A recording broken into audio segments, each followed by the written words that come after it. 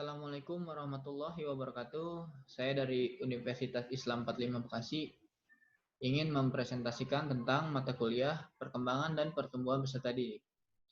Dosen penguji saya yaitu Bu Yunita Lasma, Master Pendidikan.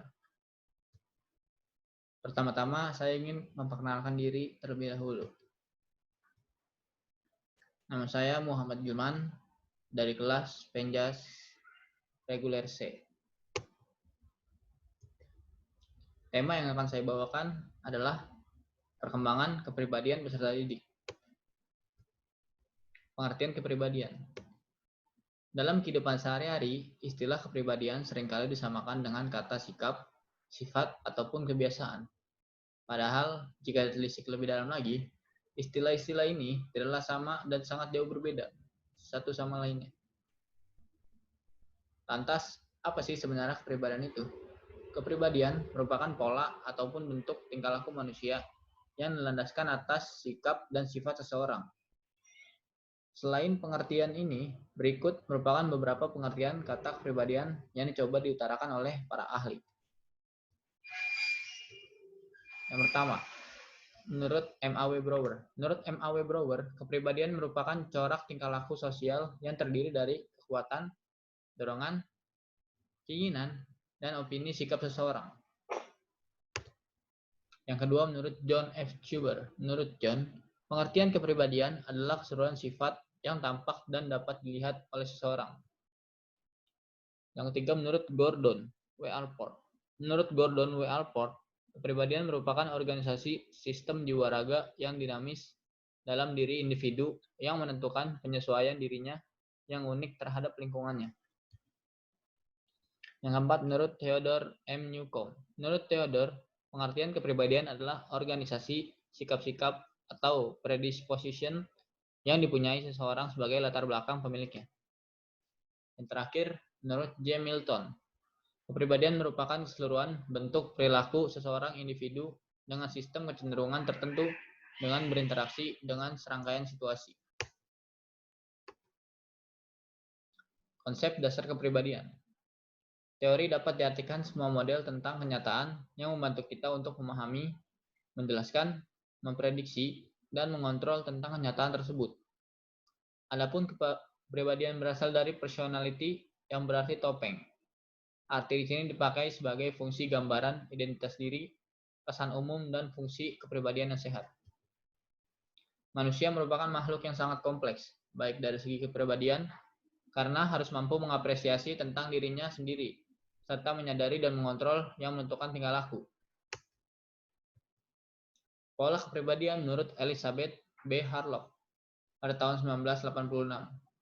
Pola merupakan suatu penyatuan struktur yang multidimensi yang terdiri atas self-concept sebagai inti pusat kepribadian dan traits sebagai struktur yang mengintegrasikan kecenderungan pola-pola respon. Selain itu, kita memberikan sebuah keseimbangan dari dalam diri dalam ketenangan jiwa dan pribadi yang selalu tenang.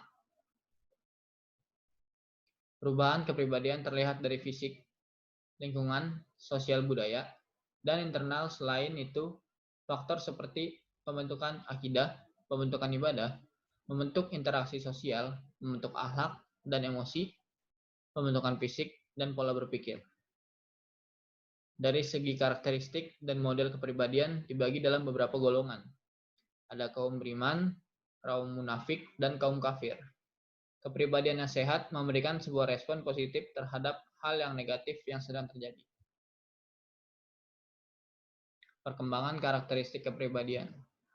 Kata karakteristik kepribadian manusia memiliki banyak arti dan penjelasan dikarenakan manusia merupakan makhluk kompleks. Arti dalam bahasa manusia berasal dari kata manu, dari bahasa Sanskerta, dan mens dari bahasa Latin, yang berarti berpikir, berakal budi, atau makhluk yang berakal budi, maupun menguasai makhluk lain.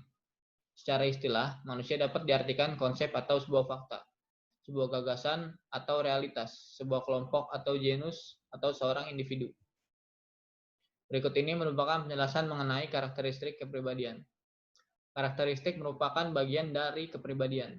Menurut Kamus Besar Bahasa Indonesia, karakteristik memiliki persamaan kata karakter atau watak yang berarti sifat, batin yang mempengaruhi segenap pikiran, perilaku, budi pekerti, dan tabiat yang dimiliki manusia atau makhluk hidup lainnya. Arti lain dari karakter yaitu konsekuen, tindakannya dalam mematuhi etika perilaku. Konsisten tindakannya dalam memegang pendirian atau pendapat. Kepribadian adalah keseluruhan cara seorang individu beraksi dan berinteraksi dengan individu lainnya. Faktor yang mempengaruhi kepribadian dalam sebuah penelitian psikologi mengatakan bahwa kepribadian manusia dipengaruhi oleh dua faktor. Faktor turunan atau genetik dan faktor lingkungan. Faktor turunan atau genetik merupakan faktor dari dalam manusia yang seringkali dikaitkan dengan bentuk dari keturunan.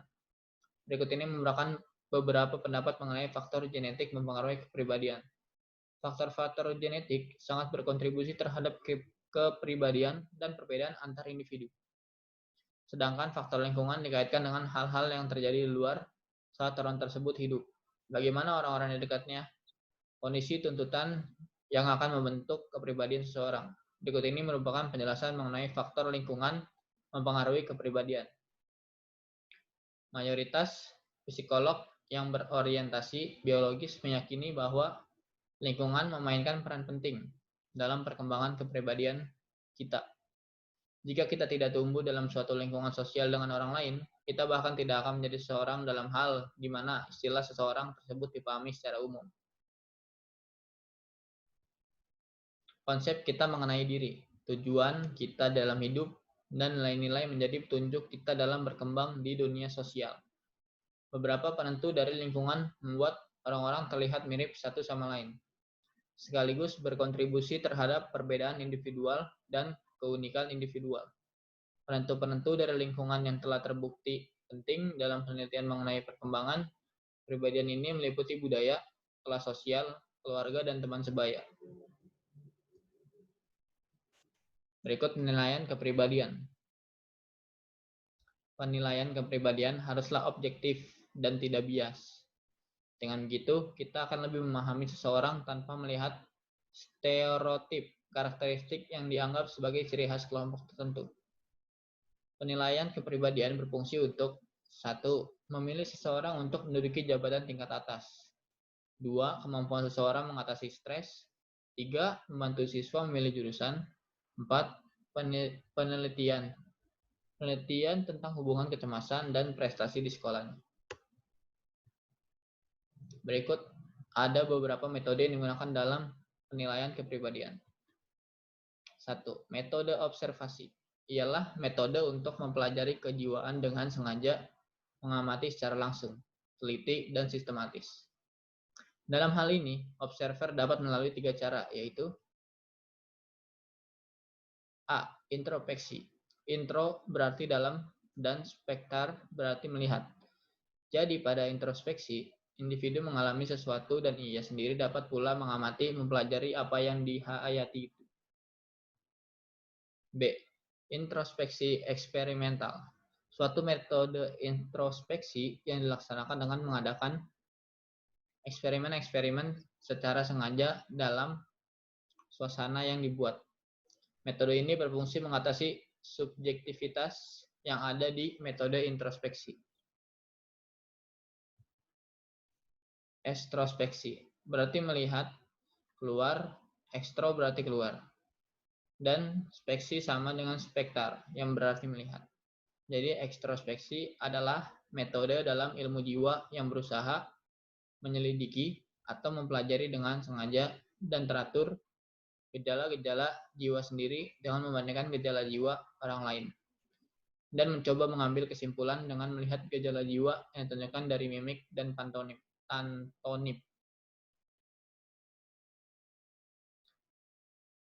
Ada metode proyektif. Metode proyektif merupakan salah satu bentuk mekanisme pertahanan. Dalam mekanisme proyeksi, individu secara tidak sengaja menempatkan isi batin sendiri pada objek di luar dirinya sendiri dan menghayati sebagai karakteristik objek yang di luarnya itu. Pelopor upaya ini Hermann Rorschach sebagai psikiater dari Swiss dengan mencoba sejumlah besar gambar-gambar tas struktur untuk mengungkapkan isi batin tertekan pada pasien-pasiennya. Dari sejumlah gambar akhirnya dipilih 10 gambar yang dilakukan kemudian dikenal dengan nama test Rorschach. Ada metode interview. Metode interview merupakan penyelidikan dengan menggunakan pertanyaan-pertanyaan. Berbeda dengan angket yang pertanyaannya diberikan secara tertulis. Pada interview, pertanyaannya diberikan secara lisan. Ada kekurangan dan keuntungan metode interview. Keuntungan metode interview: A. Hal-hal yang kurang jelas dapat diperjelas. B. Penginterview dapat menyelesaikan dengan keadaan yang diinterview. C. Adanya hubungan langsung antar penginterview dengan yang diinterview. Kekurangan metode interview. Yang pertama, penyelidikan kurang hemat dalam waktu dan tenaga. B. Penginterview harus memiliki keahlian dan itu butuh waktu lama. C. Jika interview telah ada prasangka, maka hasilnya tidak objektif. Ada lagi tes paper and pencil. Merupakan metode penyelidikan dengan menggunakan pertanyaan-pertanyaan di mana pertanyaan tersebut merupakan pertanyaan yang dapat menjelaskan bagaimana diri kita yang ditanyakan melalui tes tertulis. Berikut presentasi dari saya. Kurang lebihnya mohon maaf. Wassalamualaikum warahmatullahi wabarakatuh.